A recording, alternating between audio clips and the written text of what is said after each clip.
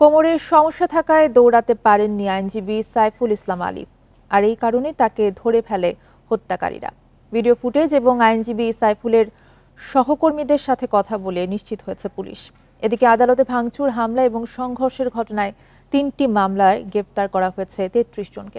এর মধ্যে সিসিটিভি দেখে সরাসরি হত্যায় জড়িত 7 জনকে চিহ্নিত করেছে পুলিশ।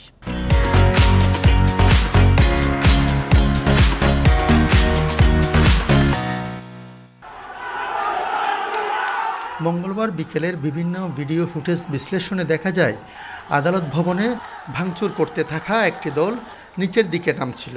এই সময় তারা সোনালী ব্যাংকের বিপরীতে একটি মসজিদের জানালায় ঢিল ছুড়ে।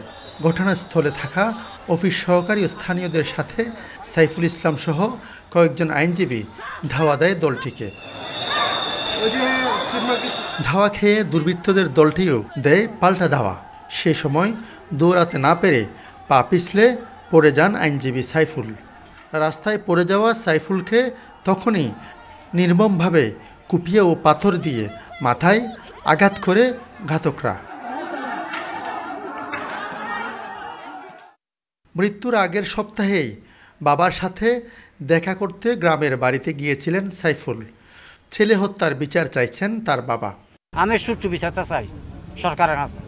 ভিডিও ও ছবি বিশ্লেষণ করে হত্যার সঙ্গে জড়িত 13 জনের পরিচয় বের করেছে পুলিশ। তবে এখনও ধরাছোঁয়ার বাইরে 2 প্রধান সন্দেহভাজন বিকাশ দাস ও বুনজা মেথর। যারা নেতৃত্ব দিয়েছে ফিল্ডে থেকে কিংবা যারা পিছন থেকে ইন্ধন জুগিয়েছে, প্রত্যেকটি বিষয়কে আমরা যথেষ্ট গুরুত্ব দিয়ে আমরা বিশ্লেষণ করছি। ইতিমধ্যে আমাদের কাছে কিছু ভিডিও ফুটেজ এবং এসছে এবং আমাদের যে গোয়েন্দা তৎপরতা, সেই তথ্যগুলো সবগুলোকে আমরা বিশ্লেষণ করছি। পুলিশের তদন্ত আরও জোরালো করার দাবি সাইফুলের সহকর্মীদের। আলমগীর সবুজ, ইন্ডিপেন্ডেন্ট নিউজ, চট্টগ্রাম।